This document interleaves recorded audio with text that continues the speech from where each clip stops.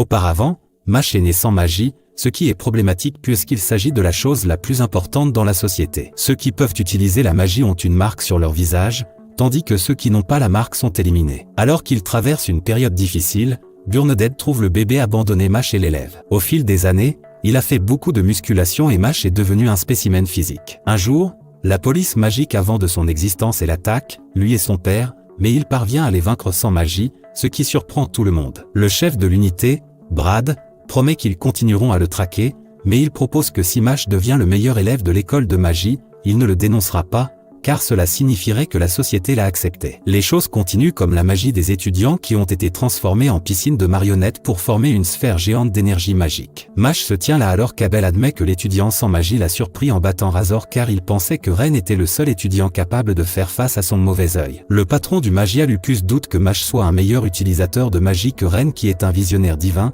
Il a une autre pensée qui rend Mash un peu nerveux en pensant que le gars a découvert son secret. Abel remarque sa réaction et se demande quel est le problème. L'étudiant sans magie essaie de jouer cool alors qu'il supplie Abel de poursuivre sa spéculation. La du dortoir Ling peut voir que Mash est capable, alors il suppose que quelqu'un de supérieur comprendrait sa vision du monde selon laquelle ce monde ne traite pas tout le monde de la même manière. Il a expliqué plutôt la nature bestiale de l'homme lors de leur première rencontre. Le gars ne peut pas permettre à des gens qu'il considère comme ayant des gènes inférieurs d'exister. Il a l'impression qu'il profite de la gentillesse des gens puissants, et il regarde Mash en s'attendant à ce qu'il ait les mêmes sentiments. Mash veut clarifier si les personnes qui ne peuvent pas utiliser la magie font partie de celles dont la génétique est inférieure. Abel le confirme et va jusqu'à dire qu'ils doivent s'en débarrasser. Cette déclaration laisse Mash sidéré. Il triple en incluant les sous-performants et les personnes qui abritent les faibles comme des ordures. Se contenter de les isoler de la société est trop gentil, alors il a l'intention de changer le système. Entendre cette déclaration sur la protection des faibles lui donne un flashback sur la façon dont Burneded a tout risqué pour l'élever. Mash faisait des doubles backflips entre autres choses étranges alors qu'il grandissait dans des couches. L'étudiant sans magie conclut que la façon de penser d'Abel signifie qu'ils ne peuvent pas être amis, puisque Mash n'est pas d'accord. Abel l'appelle Danse et a déjà envoyé ses marionnettes pour éliminer Mash. Love entre juste avant le début de l'attaque. Elle se cache rapidement derrière la porte alors que Mash démonte les marionnettes qui tentent de le faire sortir. Il remarque qu'elles ont de l'acide à l'intérieur de leur corps et esquive rapidement les éclaboussures. Abel l'avertit sarcastiquement du danger.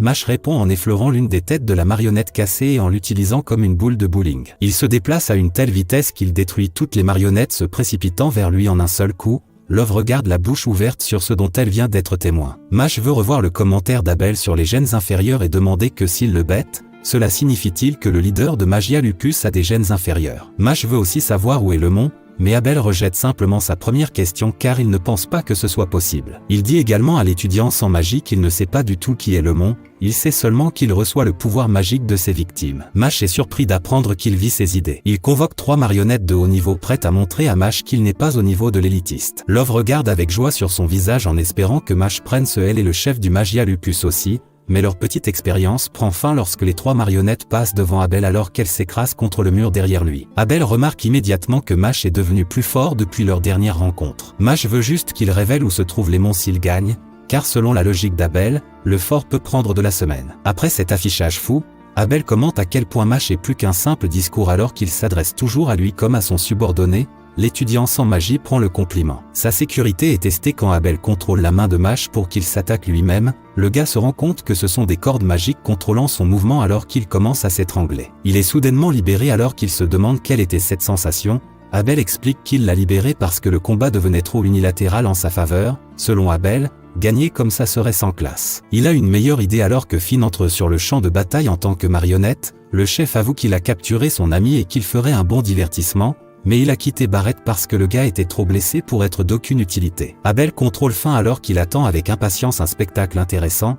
La marionnette brandit une masse et une hache. Il attaque l'étudiant sans magie, mais il parvient à le bloquer. Abel menace de séparer Finn s'il enfreint ses règles. Mash n'est pas autorisé à montrer de résistance lorsque Finn attaque. Comme un canard assis, il décide d'accepter les termes et conditions. Cela surprend Abel mais il teste sa détermination alors que Puppet Finn commence à attaquer Mash avec les armes. Après quelques attaques, le chef se rend compte que les armes se sont cassées avant l'étudiant sans magie. De toutes ces conversations, Mash commente qu'Abel pense qu'il est une personne profonde. Il se moque encore de lui quand il révèle la pièce d'or qu'Abel veut si désespérément. Il l'utilise pour libérer Finn en l'effleurant.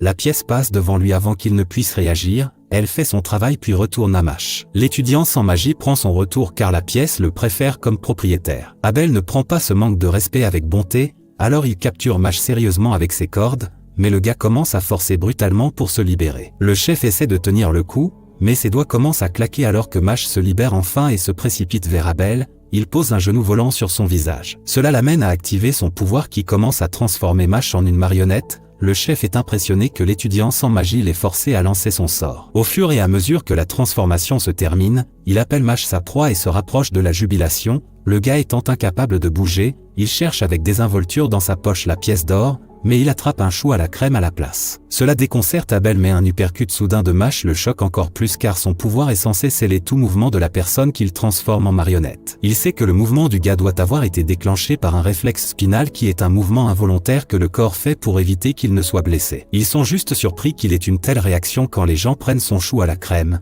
Cela signifie que le gars doit avoir un sérieux attachement aux pâtisseries. Après avoir pris des attaques aussi lourdes, Abel décide d'écraser Mash en utilisant l'énergie magique rassemblée pour lancer son sort ultime. Il active son deuxième qui se trouve être une créature ressemblant à une araignée à 3 faces appelée une marionnette de mal. Le chef explique que son sort transforme tout ce qui se trouve dans un rayon de 100 mètres en marionnette. La transformation commence au moment où les cordes invisibles touchent l'individu. L'amour regarde inquiet car elle aussi est dans ce rayon. Une fois que la victime est transformée en marionnette, son corps sera joué avec jusqu'à ce que la personne ne puisse pas récupérer. Le sort commence alors que les cordes se propagent violemment autour de la zone alors que la poupée attaque également. Abel se tient là commentant comment un lapin comme Mash a réussi à lui faire utiliser toute sa puissance. Cette bataille lui a montré une précieuse leçon. Cependant, il semble que cet apprentissage ne soit pas terminé car il remarque que sa marionnette est plutôt en train de se démanteler. Il se tient là choqué alors que Mash tient nonchalamment la main de sa marionnette. Le chef est confus quant à la façon dont il a réussi à s'empêcher de se transformer en marionnette. Mash avoue juste qu'il a déchiré les cordes. Abel n'arrive pas à croire ce qu'il entend car il est impossible de voir les cordes descendre. Il est certain qu'aucun humain ne peut les arrêter. Love a tout vu et a expliqué qu'au moment où Abel activait son sort, Mash positionnait son corps d'une manière spécifique pour retarder le contact avec le reste des cordes sur des parties de son corps. Une fois qu'il a senti les cordes sur son côté gauche, il a cassé les cordes avec son côté droit avant que ce côté ne soit touché. Elle se tient là, étourdie car elle ne peut pas croire que cela soit possible. Même Abel commence à se demander s'il a combattu un humain alors qu'une sueur froide coule sur son visage. Mash le voit et demande pourquoi tout en s'adressant à lui comme Monsieur Rabbit. Cela offense l'élitiste qui lance une attaque ultime. L'étudiant sans magie l'écrase d'un coup de poing et se place rapidement derrière Abel. Il l'attrape et commence son faux lancer de sort. Mash saute et le claque avec une pierre tombale dont le croque-mort sera fier. Cette attaque force Abel à passer en mode flashback alors qu'il révèle l'événement qui a façonné sa vision actuelle. Sa mère était une femme noble mais gentille qui interagissait avec la classe inférieure. Un jour, elle nourrissait les moins fortunés lorsqu'un individu déséquilibré a mis fin à ses jours en déclarant que c'était pour équilibrer toute la chance qu'elle avait dans sa vie. Abel est assis là et réfléchit à la façon dont sa douce mère avait tout faux en croyant que les moins fortunés avaient besoin de la pitié de l'élite. Même après s'être fait secouer les méninges, il reste fidèle à son objectif d'éliminer les moins fortunés puisqu'ils ne peuvent pas vivre en harmonie. Il reconnaît cependant que bien qu'il ait recruté d'autres personnes qui pensent comme lui pour rejoindre la mission, il a peut-être plongé ses mains dans des pouvoirs dans lesquels il n'aurait jamais dû être impliqué. Abel se lève et informe Mash que son esprit ne peut pas être changé. Il maintient toujours la position de l'idée que l'écume de la semaine mérite d'être pillée. Après avoir écouté toutes ces blasphèmes, Mash se transforme temporairement en philosophe et partage ses réflexions en disant que les mauvaises personnes sont mauvaises quel que soit leur statut. Mais Abel répond avec une réponse que la majorité des méchants sont en dessous des élites. Mash en a assez de tous les discours et demande où est le citron. Depuis qu'Abel a perdu, il s'en tient à ses paroles et accepte de libérer tous les étudiants qu'il a transformés en marionnettes. Mash le remercie et le fait savoir à Capable que parce qu'il faisait tout ça pour sa mère, ça veut dire qu'il n'est pas si méchant que ça. De la musique Kumbaya joue en arrière-plan pendant que toute cette conversation sans jutsu se déroule. Le mont est sorti et jeté dans les bras de Marsh où elle et Fin reprennent conscience. Le gars se précipite vers ses amis heureux de voir qu'ils vont bien.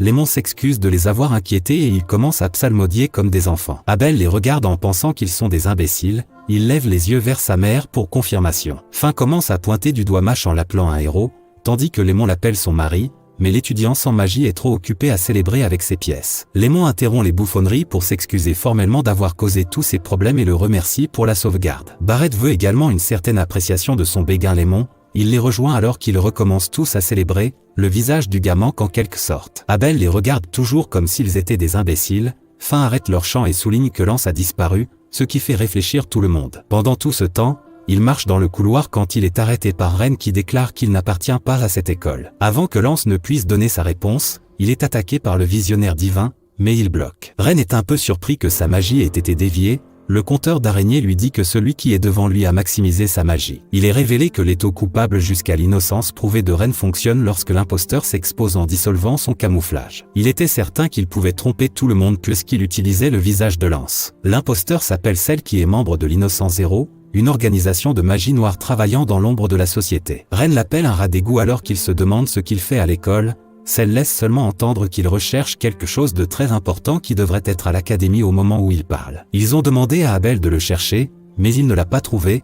Ren veut en savoir plus mais Cell fait savoir qu'il est de bon sens qu'il ne révélera pas leur plan à l'ennemi. Il coupe court à la conversation en révélant son intention de mettre fin à Abel puisqu'il a expiré son utilité. Ren tente d'attaquer mais elle est stoppée par John Pierre, tueur en série et mangeur de viande peu recommandable. Ren s'inquiète pour ses juniors car Cell a le pouvoir magique à égalité avec un visionnaire divin. Il est certain qu'ils n'auront aucune chance contre l'intrus. Pendant tout ce temps, Mash et ses amis continuent de célébrer sans se soucier